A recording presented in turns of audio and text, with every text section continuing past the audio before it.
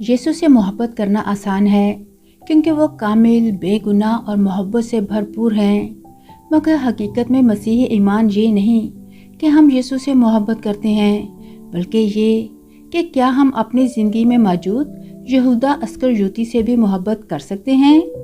यानी क्या हम उन लोगों से मोहब्बत कर सकते हैं जो मोहब्बत के काबिल नहीं, जो हमें धोखा देते हैं, तकलीफ़ पहुंचाते हैं और हमारी मोहब्बत के बदले हम पर इल्ज़ाम लगाते, हमें बुरा भला कहते और नुकसान पहुंचाते हैं। ज़रा यहूदा के बारे में सोचें, वो शख्स जिसने यीशु के साथ वक्त गुजारा, उन्हें करीब से जाना, मगर फिर भी चांदी के चंद सिक्कों के लिए उन्हें धोखा दे दिया।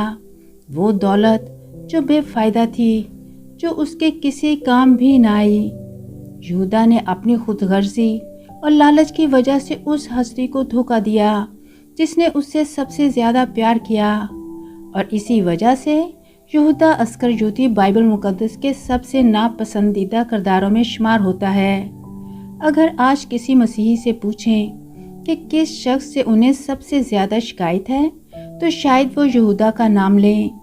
मगर ज़रा सोचें कि क्या हम खुद यहूदा नहीं हैं?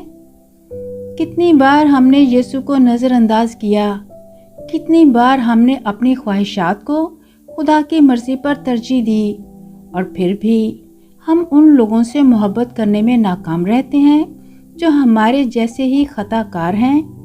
और जब हम यीशु को देखते हैं तो हमें यहूदा के लिए उनके दिल में नफ़रत नज़र नहीं आती, बल्कि यीशु जानते थे कि यहूदा उन्हें धोखा देगा, मगर फिर भी उन्होंने उसके पाँव धोए, उसकी खिदमत की और उससे प्यार किया। आखिर क्यों? इसलिए कि यीशु सिर्फ वफ़ादारों से मोहब्बत करने नहीं आए थे, बल्कि वो उनसे मोहब्बत करने आए थे जो सबसे ज़्यादा माफ़ी के मोहताज थे। और मसीही होते हुए यही हमारी आजमाइश है कि क्या हम अपनी ज़िंदगी में मौजूद यहूदा से प्यार कर सकते हैं? क्या हम उस शख्स को माफ़ कर सकते हैं जिसने हमें धोखा दिया, तकलीफ़ दी या छोड़ दिया? पाक कलाम में लिखा है कि अगर कोई किसी पर दावा रखता हो तो एक दूसरे की बर्दाश्त करे और एक दूसरे को माफ़ करे। जैसे खुदावंद ने तुम्हारे कसूर माफ़ किए, वैसे ही तुम भी करो।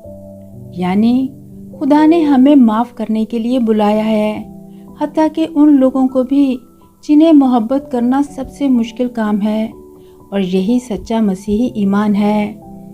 अब सवाल ये है कि क्या हम उन लोगों से मोहब्बत कर सकते हैं जिन्होंने हमें गहरी चोट पहुंचाई?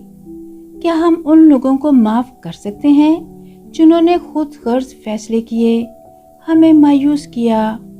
क्योंकि यहूदा पर उंगली उठाना आसान है, मगर हकीकत ये है कि हम खुद भी यहूदा हैं। क्योंकि जब भी हम अपनी ख्वाहिशात को खुदा की मर्ज़ी पर अहमियत देते हैं, जब भी हम दूसरों से मोहब्बत करने में नाकाम रहते हैं, तो हम भी वही कर रहे होते हैं जो यहूदा ने किया। और फिर भी यीशु हमें माफ़ करते हैं, हमारे गुनाहों से दरगुजर करते हैं और हम पर अपना फजल निछावर करते हैं। तो फिर हम दूसरों से यही क्यों नहीं करते? सच्चा मसीही ईमान तब ज़ाहिर होता है जब हम उस वक्त दूसरों को माफ़ करते हैं जब माफ़ करना मुश्किल हो, जब माफ़ करना नामुमकिन लगे, जब हम खुद को काजी बनाने की बजाय दूसरों को माफ़ कर देते हैं, क्योंकि हम जानते हैं कि मसीह के बगैर हम भी गुनाहगार हैं। इसलिए आज इस बात पर गौर करें, क्या आप सिर्फ यीशु से मोहब्बत करते हैं या कि आप यहूदा से भी मोहब्बत कर सकते हैं? क्योंकि अगर आप यहूदा से मोहब्बत कर सकते हैं, अगर आप उन लोगों को माफ़ कर सकते हैं जिन्हें आप माफ़ी के लायक नहीं समझते, तो तब आप वाकई मसीह की तालीमात पर चल रहे हैं। क्योंकि सच्चा मसीही ईमान गुस्से और नाराज़गी में नहीं, बल्कि मोहब्बत, फ़रोतनी और माफ़ी में है। वैसी ही माफ़ी जैसी यीशु ने सलीब पर दी।